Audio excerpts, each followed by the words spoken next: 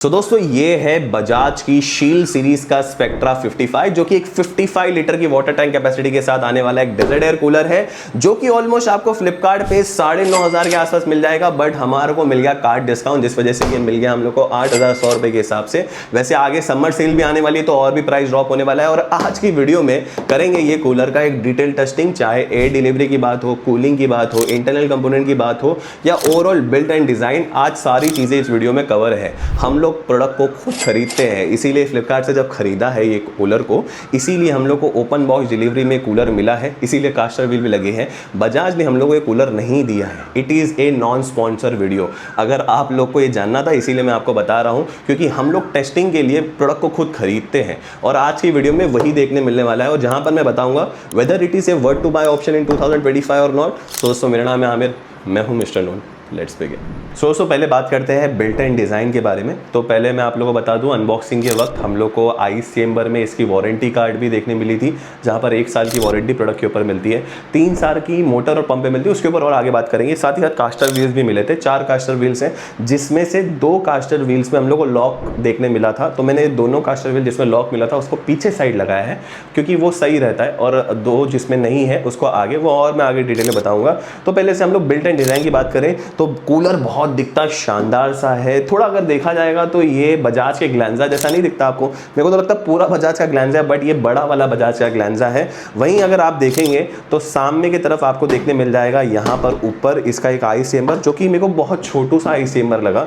अगर आप लोग मेरी कूलर्स की वीडियो देखते हैं तो आपको पता है मैंने एक बी प्योर का कूलेक्स रिव्यू किया था, उसके अंदर तो इससे बड़ी, इससे लगभग 3 गुना बड़ी आइस चेंबर है। तो आइस चेंबर छोटी है। वहीं आपको यहाँ पर नॉब्स देखने मिल जाएंगी, सेम बजाज के ग्लैंजा जैसी नॉब्स है, गोल सी नॉब है, बट थोड़ी सी यहाँ पर एक टिल्टेड सी है, जहाँ पर हाई मीडियम लो के लिए एक नॉब देखने मिल जाती है। और फंक्शन नॉब्स है जहाँ पर स्विंग, कूल प्लस स्विंग और चौथा ऑप्शन कूल का मिलता है, जो कि मेरे को एक अच्छी चीज़ लगी कि इसका जो सेकंड ऑप्शन वो स्विंग होना ज़रूरी होता है, क्योंकि बहुत सारे कूलर में ना स्विंग प्लस कूल पहले दे देते हैं, जिस वजह से हम लोग को अगर स्विंग ही चाहिए होता है तो थोड़ा ज़्यादा घुमाना पड़ता है कूलर को। अब उसके नीचे यहाँ पर आपको देखने मिल जाएंगे इसकी लोअर्स, जो कि बहुत ज़्यादा शानदार है।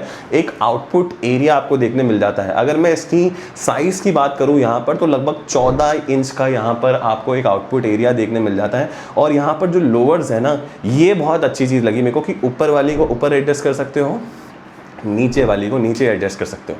बट ये कंप्लीटली शट लोअर नहीं है, इतनी ही बंद होएगी, बट मेरे को लोअर्स की क्वालिटी अच्छी लगी यहाँ पर। और एक चीज़, इसके अंदर आपको वर्टिकल लोअर्स भी देखने मिलती है, जो कि आपके स्विंग वाले फंक्शन से चालू होगी। मतलब इसमें 4 वे डिफ्लेक्शन देखने मिलता है, जो कि काफ़ी बढ़िया चीज़ लगी। यहीं आपको बजाज की यहाँ पर ब्रांडिंग देखने मिलेगी और यहाँ पर वाटर लेवल इंडिकेटर देखने मिलता है, जिसमें आपको 55 लीटर की वाटर टैंक कैपेसिटी देखने मिलती है। अब यहाँ पर आ जाते हैं पहले तो यहाँ पर आपको एक देखने मिल जाएगा वाटर इनलेट, और यहाँ पर आपको इसके देखने मिल जाएंगे हनीकॉम्ब पैड। वैसे तीनों साइड से हनीकॉम्ब पैड है, और इसके दोनों साइड वाले पैनल है ना, ये खुलते हैं। हम लोग इसको खोल के थोड़ा टेस्ट करेंगे अभी आगे। पहले मैं आ जाता हूँ यहाँ पर पावर कॉर्ड पे। तो यहाँ पर पावर कॉर्ड के लिए यहाँ पर एक छोटू सा हैंगर भी दे रखा है, और ये जो पावर कॉर्ड की जो लेंथ है ये ऑलमोस्ट आपको मैं बोलूँगा कि 1.2 मीटर के आसपास रहेगी। और सेम मतलब जो भी अपने कूलर में देखने मिलता है, आई डू थिंक सो सब लोग एक ही जगह से वायर खरीद रहे हैं आई गेस, तो सेम ही है। मैंने जितने भी कूलर किया है सेम अपने को पावर कॉर्ड देखने मिलती है।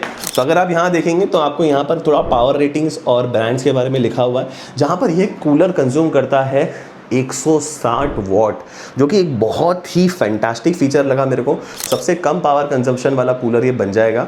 और पीछे आपको देखने मिलती है एकदम बड़ी हाईली डेंस हनीकॉम्ब पैड। अब मैं इसको हाईली डेंस क्यों बोल रहा हूँ उसको भी अपन आगे चेक करेंगे। बट अगर आप नीचे देखोगे तो ये कूलर के अंदर मेरे को और एक अच्छी चीज़ लगी कि इसका जो वाटर आउटलेट है, ये जो प्लग है वो नीचे दिया है, जो कि काफ़ी बढ़िया चीज़ लगी मेरे को, क्योंकि एकदम नीचे देने से हम लोग को हमेशा ढूंढना पड़ता है। और ये इस तरीके से यहाँ होने से आप जब पानी निकालना है तो आप अगर इसको टिल करेंगे ना तो पूरी तरीके से पानी इस तरीके से निकाल सकते हैं, जो ये काफ़ी बढ़िया चीज़ लगी है। सो दोस्तों आ जाते हैं इसके साइड पैनल पे। जैसे मैंने आपको बोला था कि इसको आप खोल सकते हैं, इजी टू क्लीन के लिए एक बहुत बड़ा प्लस पॉइंट है, जहाँ पर आपको 6 यहाँ पर स्क्रूज देखने मिल जाएंगे। जहाँ पर अगर आपके पास घर में स्क्रू ड्राइवर है या फिर एक स्केल भी है तो आप आसानी से इसको रोटेट कर लेना। हम लोगों ने इसको पहले से रोटेट करके रखा हुआ है, एंड दैट्स इट। आप अगर आप इस तरीके से इसको पुल करेंगे और ऊपर खींचना है, दैट्स इट, और इस तरीके से निकल जाएगा। इसके अंदर आपको हनीकॉम्ब पैड देखने मिल जाती है। ये एंटीबैक्टीरियल हेक्साकूल मास्टर वाली हनीकॉम्ब पैड है, जैसा बजाज इसको बोलता है। अभी कितनी एंटीबैक्टीरिया है ये तो अपन इसको अभी जज नहीं कर पाएंगे,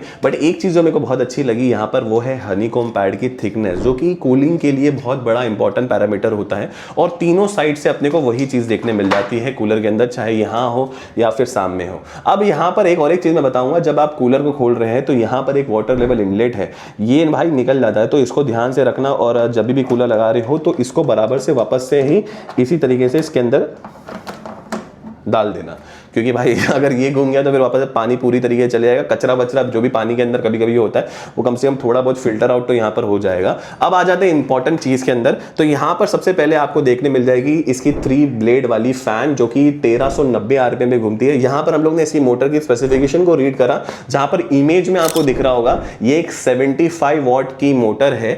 और नीचे आपको एक पंप देखने मिल रहा होगा जो कि सबमर्सिव पंप है, और पंप और मोटर पे 3 साल की वारंटी है, ड्यूरा टफ मोटर और ड्यूरा मरीन पंप। और जो ये नीचे की जो पंप है इसके अंदर आपको मिलती है 16 वॉट का पंप है, ये नीचे आपको देखने मिलता है, जैसे कि आपको इमेज में भी दिख रहा होगा। अब आप सोच रहे हो भाई 16 वॉट, ये 75 वॉट, 160 वॉट जहां कहां से रहा है। तो पहली बात तो मैं बता दूं, मोटर और एक होती है, वो होती है भाई स्विंग वाली मोटर, जो आपकी वर्टिकल लोअर्स को स्विंग करती है, जैसे कि आपने अंदर मैं दिखा रहा हूं आपको, तो वहां पर इमेज दिख रही होगी आपको, जहां पर दिख रहा होगा कि यहां पर इसके अंदर 2 मोटर्स यूज की जाती है, और साथ ही साथ यहां पर जो नॉब्स वगैरह है, इन टोटल ये 160 वॉट इस तरीके से लेता है। तो ये कुछ इंटरनल कंपोनेंट्स का मेरे को यहां पर एक अंदाजा आपको मैं देना चाहता था। सो ये तो था एक क्विक सा ओवरव्यू, जहां पर हम लोग ने इसके साइड पैनल को खोल के थोड़ा इंटरनल पार्ट की भी मैंने आपको यहां पर नॉलेज देने की कोशिश करी है, कूलर कितना अच्छा है और हनीकॉम्ब पैड कितनी अच्छी है। अब हम लोग ने क्या किया है, इसके अंदर पानी भर दिया है, 55 लीटर की वाटर टैंक कैपेसिटी है। और अब हम लोग इसके जो मेन फीचर्स है जिनको अभी आज टेस्ट करने वाले, पहले तो air throw, air delivery, cooling और कितनी ज्यादा आवाज ये कूलर करता है। ये 4 फैक्टर एक कूलर को लेने के लिए मेक कर सकते हैं या फिर ब्रेक कर सकते हैं मेरे हिसाब से।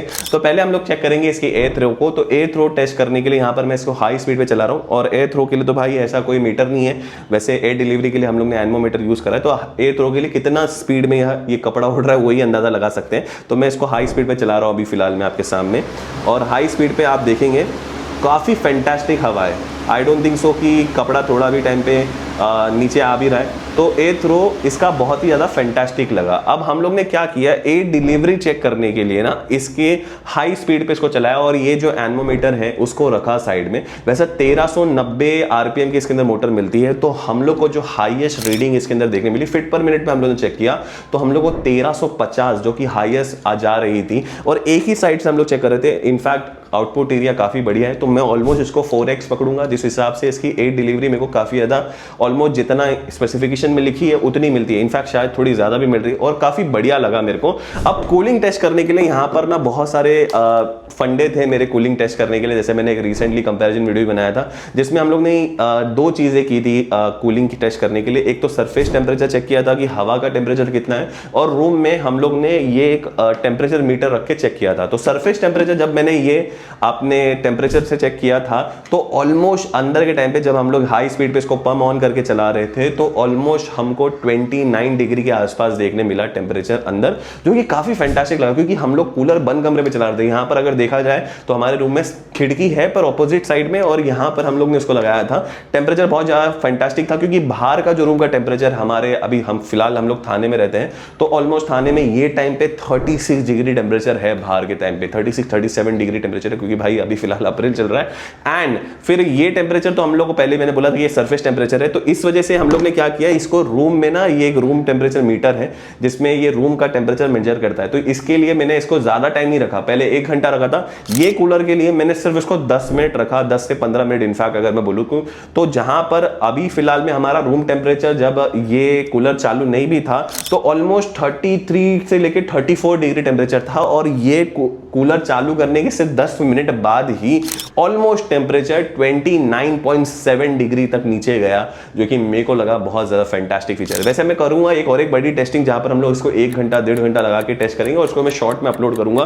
तो मेरे हिसाब से कूलिंग वाइज भी बहुत ज्यादा फैंटास्टिक चीज लगी मेरे को। तो हम लोग ने सारी चीजें यहां पर टेस्ट करी। वहीं अगर मैं बात करूं नॉइस की, जो कि बहुत सारे लोग बोलते हैं कि कितनी ज्यादा आवाज करता है ये कूलर, तो हम लोग ने क्या किया, कूलर को इसकी हाई स्पीड पे साथ ही साथ पंप को भी चालू कर दिया, क्योंकि पंप के साथ वो टिप टिप वाली आवाज भी आपको आना चाहिए।